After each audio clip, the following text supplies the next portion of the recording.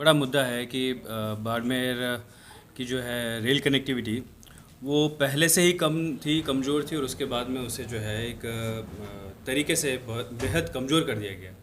अब जैसा सभी को ध्यान है कि पिछले 2 साल पहले 2019 में जब हमारे यहाँ इकलौती एक ट्रेन जो जयपुर और दिल्ली की कनेक्टिविटी रखती थी, मालानी एक्सप्रेस को जब बंद किया गया था, तब आप सभी के सहयोग से, पूरे बाड़मेर की जनता के सहयोग से और सभी हर तबके के व्यक्ति के सहयोग से एक बड़ा जन आंदोलन हम लोगों ने शुरू किया था, और जिसके नतीजन केंद्र सरकार को रेल मंत्रालय को अपना जो है डिसीज़न वापस लेना पड़ा और मालानी को वापस उन्होंने शुरू रखा। और साथ ही साथ मंडोर एक्सप्रेस जो कि जोधपुर से दिल्ली को कनेक्ट करती है, उसको भी विस्तार करके और बाड़मेर को देने का उन्होंने जो है उसमें वादा किया था। और आपने देखा कि कोरोना काल के दौरान सभी जब ट्रेन्स बंद हुई तो स्वाभाविक है कि बाड़मेर की ये ट्रेन भी बंद हुई, पर कोरोना काल के बाद में जब वापस ट्रेन शुरू करने की बात आई तो ना ही तो मंडोर एक्सप्रेस हमें दी गई, ना ही मालानी एक्सप्रेस। आज दोनों ही ट्रेनें हमसे छीन ली गई हैं।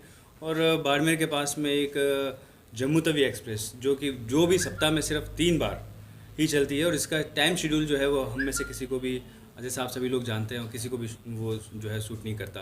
तो इस तरह की जो चीज़ें हैं उससे कहीं ना कहीं बाड़मेर की जनता को और यहाँ होने वाले विकास को जो अवरुद्ध करने का जो एक मानस सा बना लिया है केंद्र सरकार और रेल मंत्रालय ने, इसके खिलाफ आज ज़रूरत है कि फिर से हम सभी को मिलकर एक आवाज़ उठानी चाहिए। और जैसा कि मैं आप सबको बताना चाहूँगा कि जो जोधपुर का जो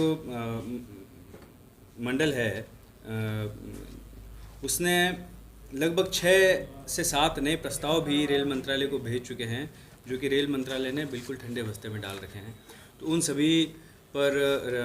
सभी प्रस्तावों को मानकर और जो नई ट्रेनें हमें दी जानी चाहिए वो शुरू करनी चाहिए। और अगर ऐसा नहीं होता है तो मैं रेल मंत्रालय को और केंद्र सरकार को बताना चाहूँगा कि राजस्थान बाड़मेर की जो जनता है वो चुप नहीं रहेगी। और उनका ये जो हमारे प्रति रवैया है कि इस तरह से है मानो कि हम लोग इस नक्शे पे कहीं है ही नहीं।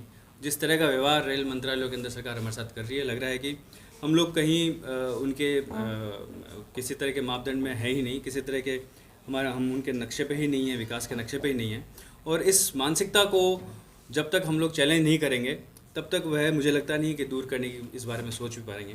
तो मेरा आज इस प्रेस कॉन्फ्रेंस के मार्फत केंद्र सरकार और रेल मंत्रालय को ये साफ साफ कहना है कि जल्द से जल्द इन सभी मांगों को पूरा किया जाए, और हमारे लिए जो हमारी ज़रूरत है, जो हमारी बेसिक नीड ऑफ ट्रांसपोर्टेशन है, वो हमें पूरी की जाए, दी जाए। आप सभी लोग देखते हैं कि आज बाड़मेर में रिफाइनरी कितने बड़े प्रोजेक्ट चल रहे हैं, तेल उत्खनन कितने बड़े प्रोजेक्ट चल रहे हैं, बिजली उत्पादन कितने बड़े प्रोजेक्ट चल रहे हैं। इसके साथ में आर्मी के लिए बहुत महत्वपूर्ण क्षेत्र है, साथ साथ जो पैरामिलिट्री फोर्सेज हैं उनके लिए बहुत महत्वपूर्ण क्षेत्र है। उनके बहुत सारे लोग का आवागमन जो है वो इन ट्रेन से हो रहा है। इसके बावजूद जो है हमें इस तरह की ट्रेनें नहीं दी जा रही हैं, तो ये हमारे हितों पर कुठाराघात है।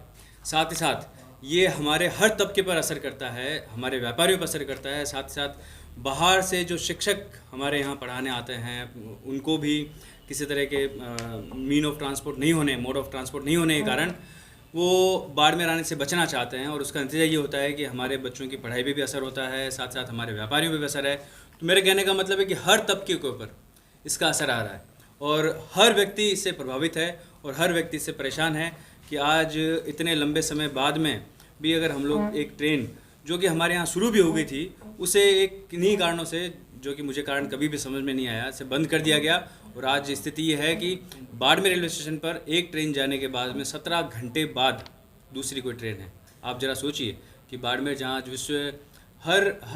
विश्व के हर नक्शे पर, चाहे वो ऑयल एंड गैस हो, चाहे वो माइंस एंड मिनरल्स हो, चाहे वो डेवलपमेंट हो, के नाम पर जो है आगे उभर रहा है, पर अगर आप देखेंगे कि वहाँ का एक रेलवे स्टेशन है जहाँ पर 17 घंटे बाद दूसरी ट्रेन आती है, तो आप समझ सकते हैं कि हमारे साथ कितना सौतेला और कितना गलत व्यवहार जो है रेल मंत्रालय और केंद्र सरकार कर रही है। नहीं करें और रेल मंत्रालय इन ट्रेनों को फिर से सुचारू रूप से शुरू करे, साथ ही साथ जिन नई ट्रेन्स की भी हम लोग मांग कर रहे हैं उनकी भी किया जाए। अन्यथा ये जन आंदोलन होगा, और जन आंदोलन इतना बड़ा होगा जिसकी रेल मंत्रालय और केंद्र सरकार को उम्मीद भी नहीं होगी।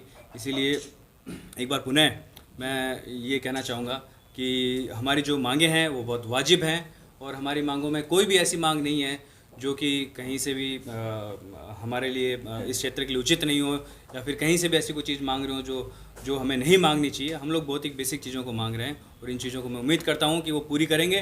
नहीं करेंगे तो जिस तरह से 2019 में जो आंदोलन किया था वो आंदोलन दोबारा। तो हमारे जो सांसद हैं उनको इसकी पुरजोर पैरवी करनी चाहिए। वो इकलौते ऐसे व्यक्ति हैं जो कि रेल और रेल से जुड़ी हुई समस्याओं को दूर कर सकते हैं। कोई भी स्थानीय जनप्रतिनिधि जो केंद्र सरकार से जुड़ा हुआ नहीं हो या केंद्र सरकार का प्रतिनिधित्व नहीं करता हो, वो इस समस्या को हल नहीं कर सकता। तो इसमें कोई दो राय नहीं है, इसमें कोई दो राय नहीं है। तो मैं भी उसी का एक हिस्सा ही हूँ और जो आपके सामने आवाज़ उठा रहे हैं मैं भी एक उसी का हिस्सा ही हूँ, उसी ऑर्गेनाइजेशन का हिस्सा हूँ जिसकी आप बात कर रहे हैं। मैं भी कांग्रेस पार्टी से जुड़ा हूँ। तो हम लोग इस बार बहुत मांग पहले भी कर चुके हैं और अभी लगातार कर रहे हैं कि ऐसा होना चाहिए। कांग्रेस शासनकाल में यूपीए के समय अगर आप देखेंगे तो धीमी रफ्तार से और जिस तरह से बाड़मेर की ट्रेन की जो सुविधाएं हैं वो शुरू की गई थी, उसके बाद में जो बेसेस नए बने थे, पटरियों का जो है वो भी विस्तार किया गया था।